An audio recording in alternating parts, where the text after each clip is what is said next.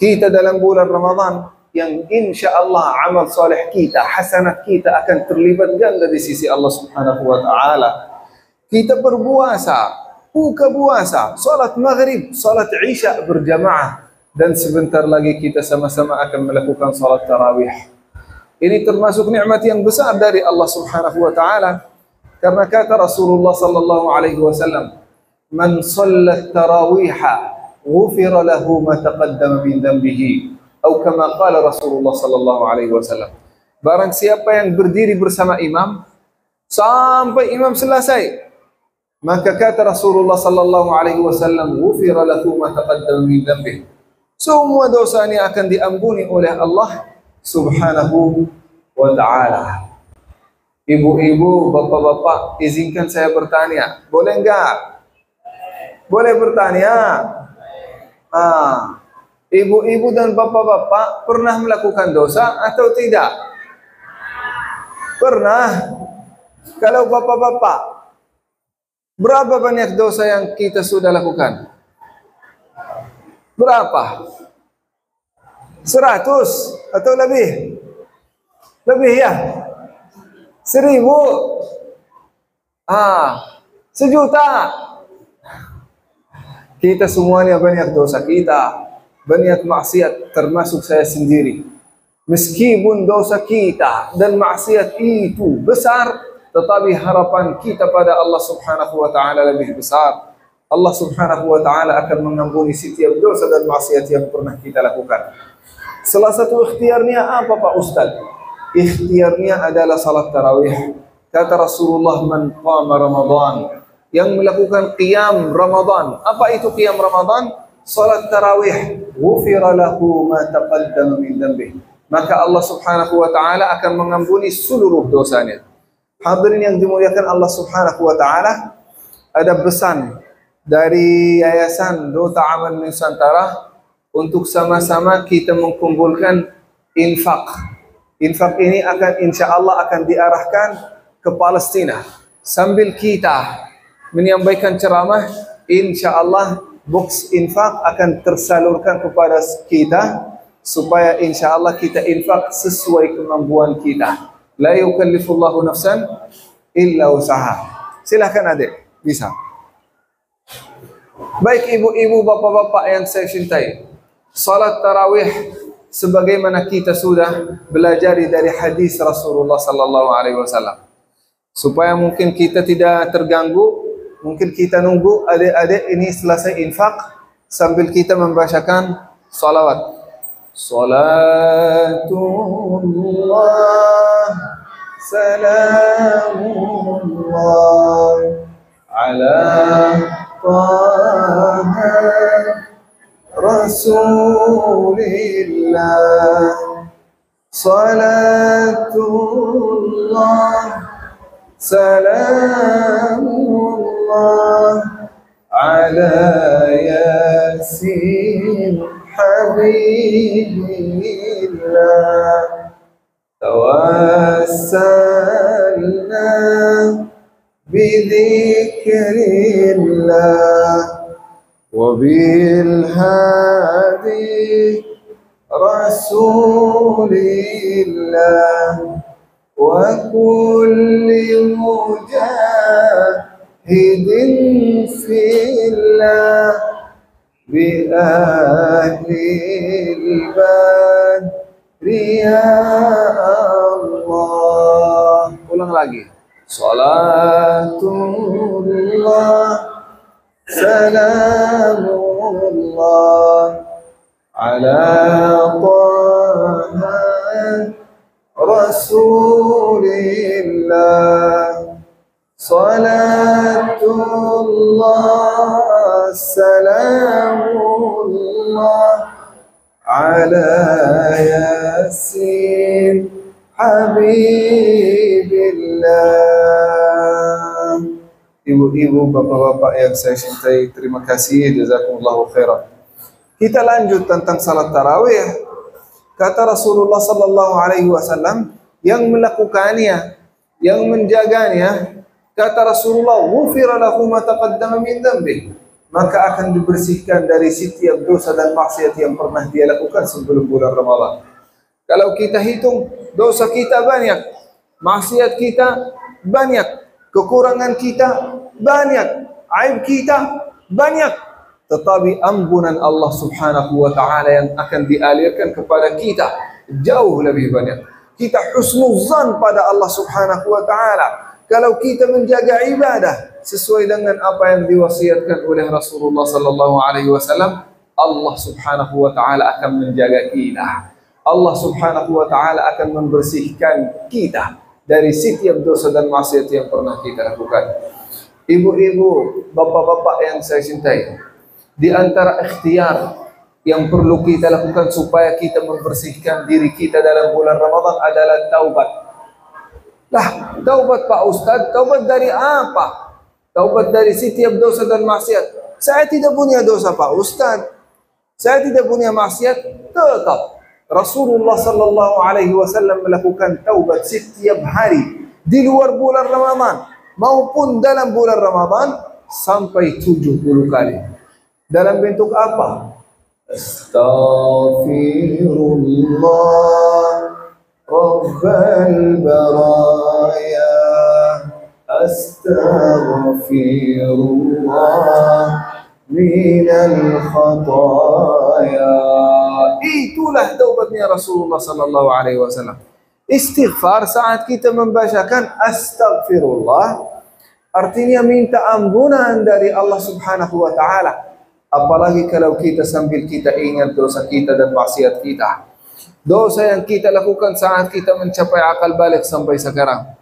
Dosa yang kita lakukan terhadap orang tua kita. Berapa kali kita menyakiti perasaan mereka?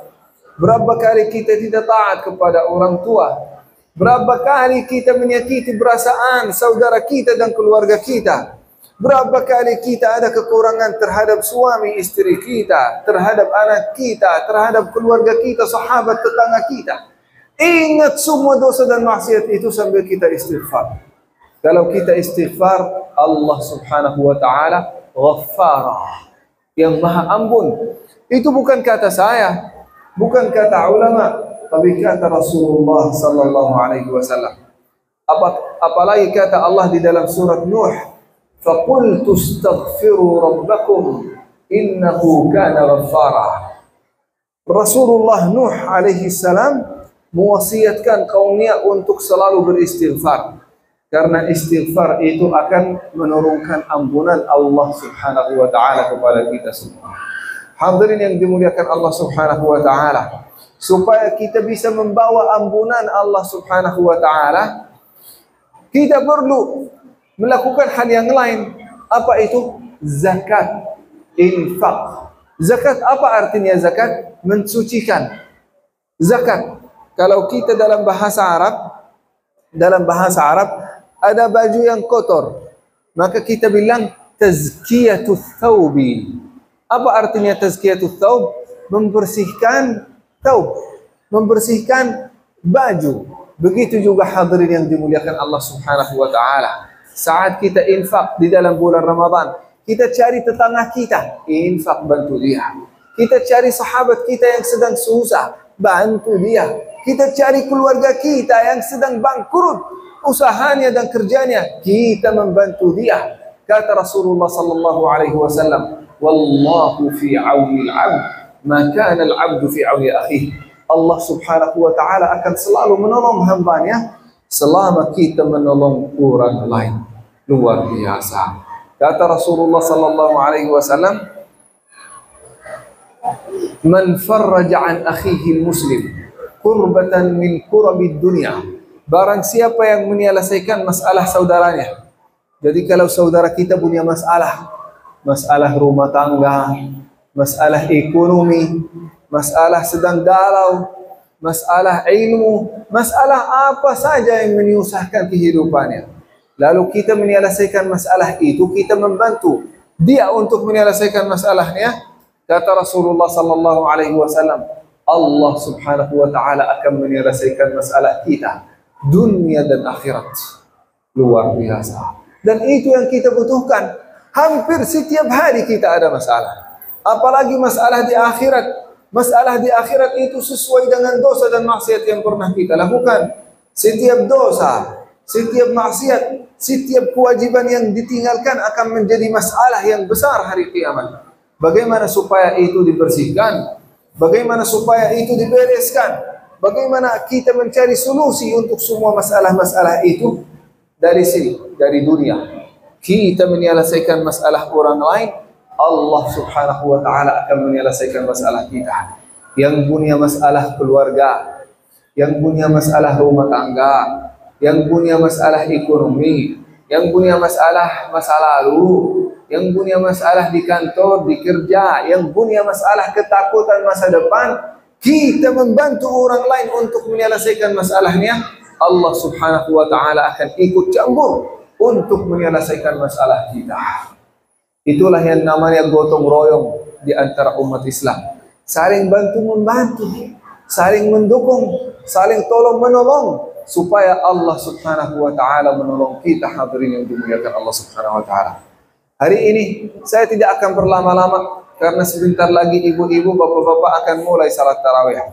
Hari ini saya diundang dari yayasan yang sangat hebat bernama Yayasan Duta Amal Nusantara. Kebetulan pimpinannya dan ketuanya hadir di antara kita.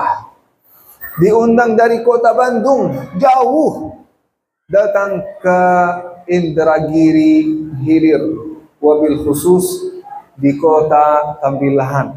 Masya Allah, masuk di kota Tambilahan, merasa sangat tenang. Seolah-olah saya masuk kampung halaman saya, Masya Allah. Bertemu dengan warganya yang sangat ramah.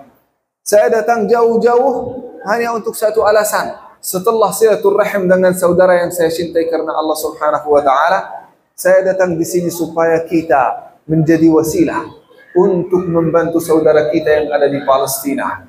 Banyak di antara mereka teraniaya, banyak di antara mereka merasa susah, banyak di antara mereka dibunuh, banyak di antara mereka rumahnya dihancurkan dan diratakan. Maka hadirin yang dimuliakan Allah subhanahu wa ta'ala, Rasulullah menyampaikan kepada kita dan mewasiatkan untuk saling bantu-membantu karena Allah subhanahu wa ta'ala. Sekarang saudara kita di Palestina sedang butuh bantuan kita, sedang butuh infak kita, sedang butuh zakat kita. Kalau kita menyelesaikan masalah mereka, Allah subhanahu wa ta'ala akan menyelesaikan masalah kita, dunia dan akhirat. Hadirin yang dimuliakan Allah subhanahu wa ta'ala, apa yang dibutuhkan oleh saudara kita di Palestina? Rumah mereka sudah dihancurkan, jadi mereka butuh tenda. Makanan dan minuman itu sangat langka, sangat susah. Oleh karena itu mereka butuh makanan dan minuman yang sehat. Saya tidak berlama-lama, insya Allah nanti adik-adik, teman-teman di Yayasan Duta Amal Nusantara insya Allah akan menjelaskan lebih lanjut tentang saudara kita di Palestina. Marilah kita membantu mereka sesuai kemampuan kita. Ada di antara kita yang ingin membeli tenda buat mereka, insya Allah itu akan membahagiakan mereka. Kata Rasulullah, man adkhala as-sa'adata ala ahli baitin. Barang siapa yang membahagiakan satu kaum, membahagiakan satu orang, membahagiakan satu keluarga, maka tidak ada balasan bagi dia. Apa balasannya? Balasannya surga sekalian, kata Rasulullah. Seolah-olah itu menjadi tiket masuk surga. Kalau kita mau masuk bioskop, ada tiketnya. Masuk mungkin Dofan, ada tiketnya. Sesuai dengan kualitas yang akan diberikan kepada kita, tiketnya juga lebih mahal. Begitu juga hadirin, tiket untuk masuk surga sesuai dengan infak kita untuk membantu orang lain. Kita membantu orang lain, kita membahagiakan orang lain, Allah subhanahu wa ta'ala akan menjadikannya wasilah untuk masuk surga Allah subhanahu wa ta'ala. Saya tidak berlama-lama, mudah-mudahan apa yang telah disampaikan menjadi bermanfaat. InsyaAllah nanti Ustaz Chandra dan Ustaz Iwan akan menjelaskan sedikit tentang apa yang terjadi di Gaza. Kita sama-sama simak, mudah-mudahan bermanfaat bagi kita semua. Jazakumullahu khairan, barakallahu fikum. Wassalamualaikum warahmatullahi wabarakatuh.